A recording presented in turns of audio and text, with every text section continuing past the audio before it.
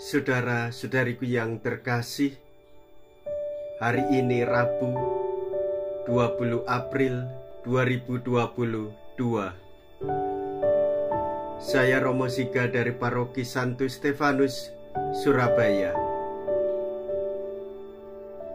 Dalam nama Bapa dan Putra dan Roh Kudus.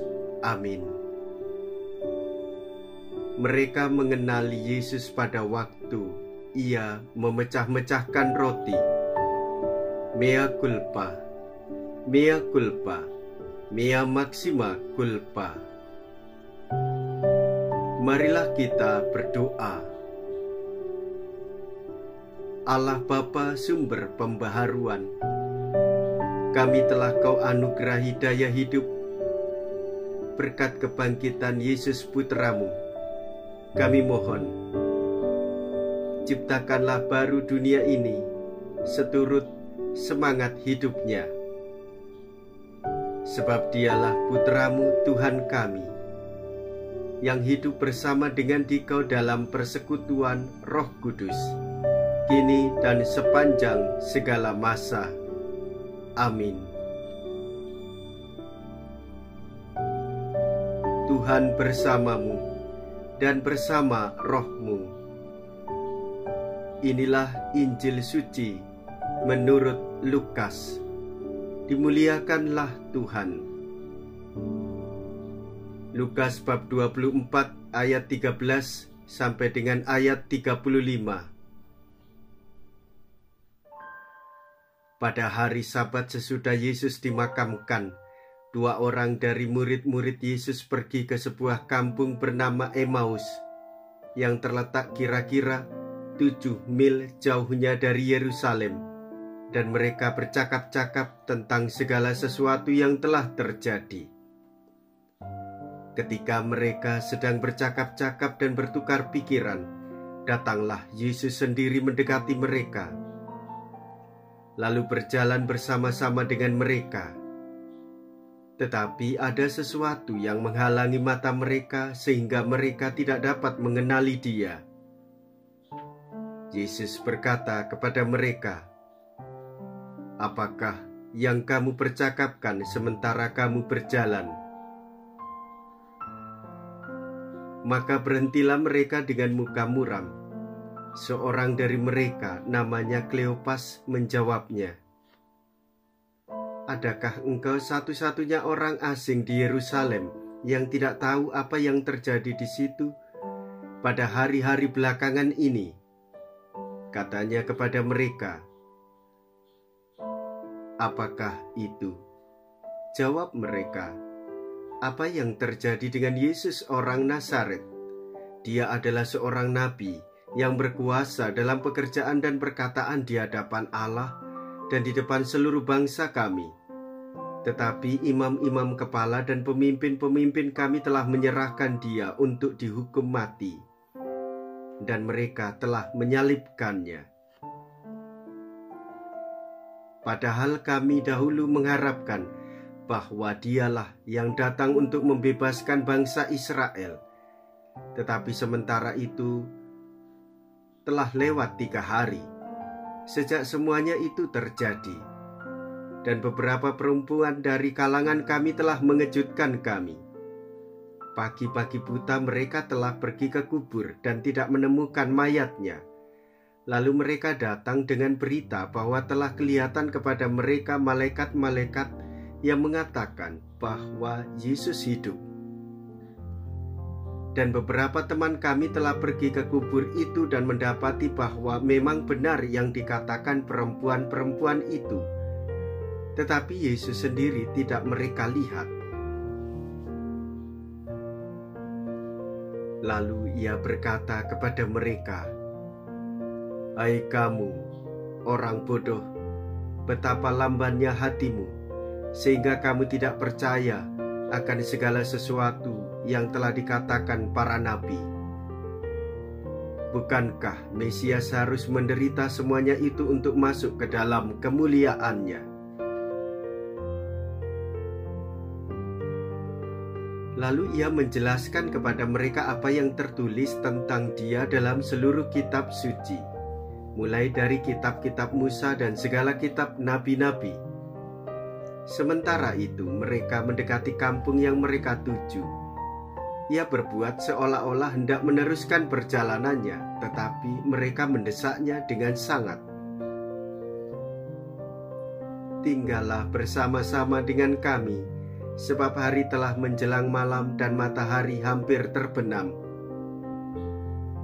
Lalu masuklah ia untuk tinggal bersama-sama dengan mereka. Waktu duduk makan dengan mereka, ia mengambil roti, mengucap berkat, lalu memecah-mecahkan roti itu dan memberikannya kepada mereka. Ketika itu terbukalah mata mereka dan mereka pun mengenali dia. Tetapi Yesus lenyap dari tengah-tengah mereka. Kata mereka seorang kepada yang lain,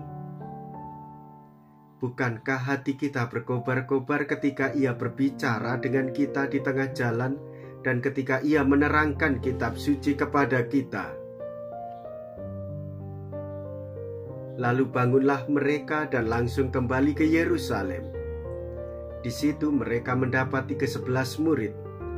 Mereka sedang berkumpul bersama teman-teman mereka. Kata mereka kepada kedua murid itu, "Sungguh, Tuhan telah bangkit dan telah menampakkan diri kepada Simon." Lalu kedua orang itu pun menceritakan apa yang terjadi di tengah jalan dan bagaimana mereka mengenali Yesus pada waktu ia memecah-mecahkan roti. Demikianlah sabda Tuhan. Terpujilah Kristus. Saudara-saudariku yang terkasih, para murid, 2 orang murid, mereka kecewa. Mereka pulang ke Emmaus. Setelah itu mereka mengalami pasca perjumpaan dengan Yesus. Hati mereka berkobar-kobar setelah berjumpa dengan Yesus. Mereka berkobar-kobar setelah Yesus menceritakan tentang isi kitab suci. Dan hati mereka berkobar-kobar ketika Yesus memecahkan roti. Saudara-saudariku yang terkasih, demikianlah pula dengan kita. Jika kita tertutup hati, pikiran, dan kehendak kita akan kehadiran Tuhan, maka kita merasa kecewa dan merasa kita sendiri. Jika kehilangan Yesus kita kecewa, bisa jadi jatuh pada kehidupan lama, beraktivitas dan bertindak tanpa atas nama Tuhan. Namun setelah kita menyadari bahwa Yesus selalu hidup, di saat kita berdoa dan bekerja, barulah kita menyadari Tuhan sungguh mendampingi kita. Kita akan mengalami damai. Yesus menyertai dan hidup di antara kita. Apalagi ketika kita merayakan Ekaristi, kita menyadari bahwa Yesus sungguh hadir, Yesus sungguh hidup, dan Yesus memberikan kekuatan di dalam perayaan Ekaristi. Saudara-saudariku yang terkasih, kehadiran Yesus membawa kehidupan bagi kita semua. Kehadiran Yesus memberikan kekuatan dan keselamatan bagi seluruh kehidupan kita. Maka hendaknya kita di dalam setiap tugas dan perutusan menyadari bahwa Kristus membimbing dan mengajarkan kepada kita akan kehidupan. Marilah kita berdoa. Allah Bapa Maha Pengasih, dampingilah kami dalam mencari kedamaian. Kuatkanlah kami berkat sabda-Mu dan semoga di dalam diri kami cinta kasih tetap jaya melawan segala paksaan. Dengan pengantaraan Kristus Tuhan kami. Amin. Tuhan beserta kita, sekarang dan selama-lamanya. Semoga Allah yang Maha Kuasa memberkati saudara sekalian, Bapa dan Putra dan Roh Kudus. Amin. Saudara-saudariku yang terkasih, pergilah ibadat sabda sudah selesai. Haleluya. Syukur kepada Allah. Haleluya.